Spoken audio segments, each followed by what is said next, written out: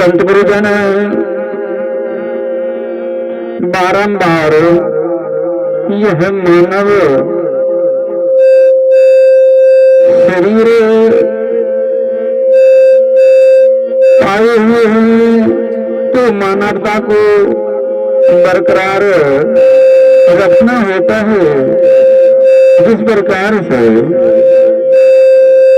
एक घर में दोनों भाई में बहुत मिल्लत था, प्यार प्रेम था।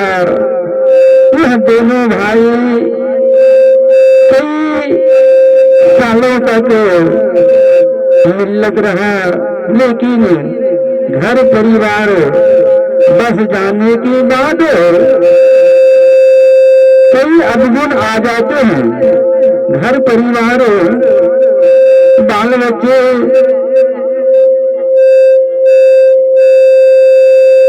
हो जाने के बाद कई कलह आ जाते हैं। उसी प्रकार उस दोनों भाई में कलह आ गया।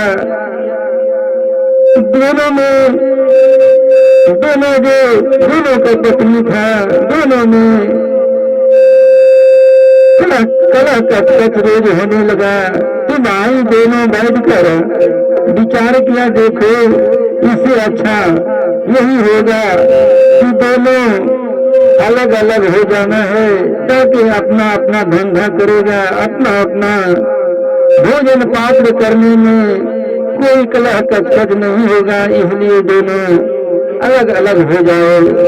दोनों भाई में विचार हुआ, ठीक है, दोनों आधा आधा धन को बांट लेना है, जमीन जायदाद सब आधा आधा बांट लेना है। उधर से जो महिला थी दोनों का पत्नी बोला, ऐसे नहीं होगा, जब तक पंचायत नहीं बैठाइएगा तो क्या पता कोई बेसी ज्यादा ले लेगा, कोई कम ले लेगा। इसलिए पंचायत को बैठाया जाएगा, तभी दोनों में बराबर हिस्सा लगेगा, बंटवारा होगा। भाई बोला कि देखो इनका भी वचन रह जाए, ठीक है, मैं अपने ग्रामीणों को बुलावा करके उसके बीच में सब जायदाद धन दौलत और इस जगह भी बांट लिया जाएगा। पंचायत बुलाकर पूरे संपत्ति को बांटा गया और जगह भी बांट दिया, दी गवारी जितने थे सब बांट दिया। और पंचायत सोचा कि अब तो बंटवारा हो गया, अब तो मैं चलता हूँ। पंचायत बोला मैं चलता हूँ। तो भाई दोनों ने विचार किया, देखो गुरु तो बंटवारा नहीं हुआ है। पंचायत को रोका, प्रणाम किया पंचायत को।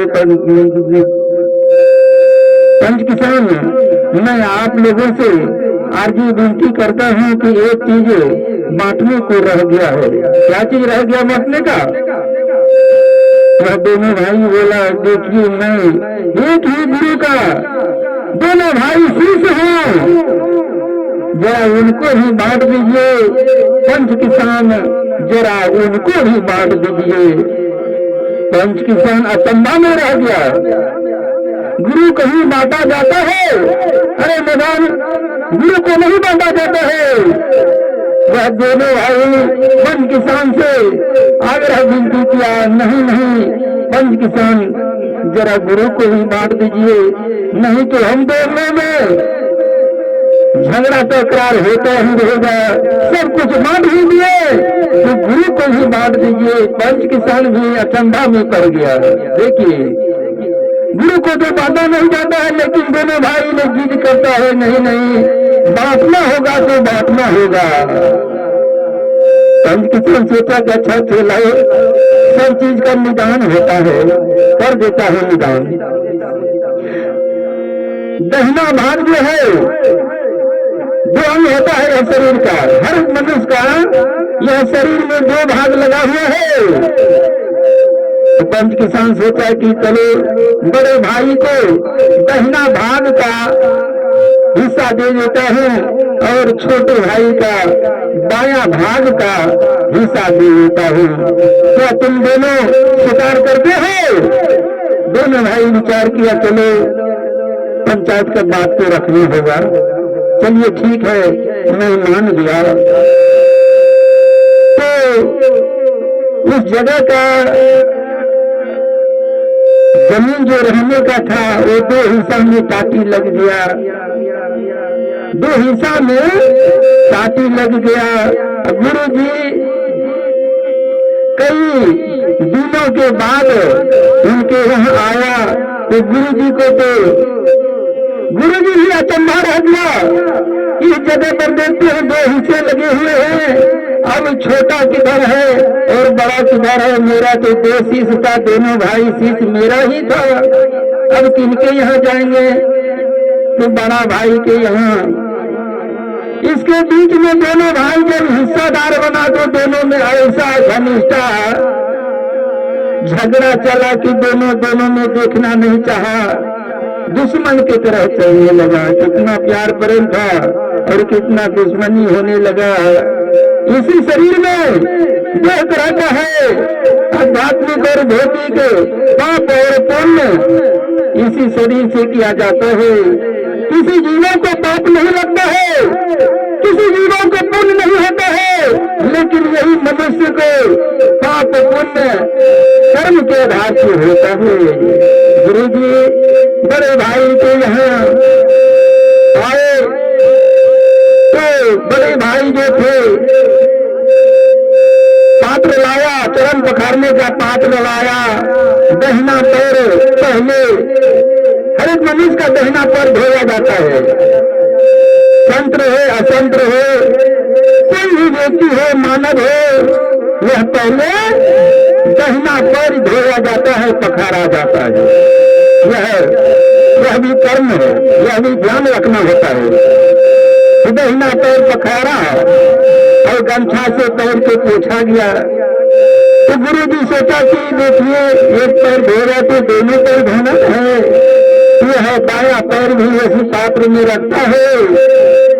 तो कासा का लोटा था, फूले ही लोटा था, उसी लोटा से बाया पैर को एक लोटा मारा तो गुरु जी को तो कष्ट हुआ, दर्द हुआ। गुरु जी डर से तुम्हें मारे कह कर रहे हैं और वह भाई कहते हैं बड़ा भाई कि दुश्मन का पैर मेरे पाप में रखा है, मैं इसे लोटा से क्यों न मारूं?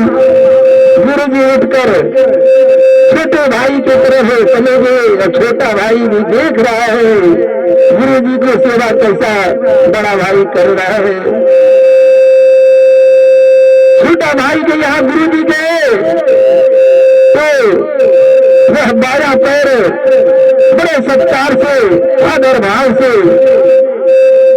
चरण पखारा।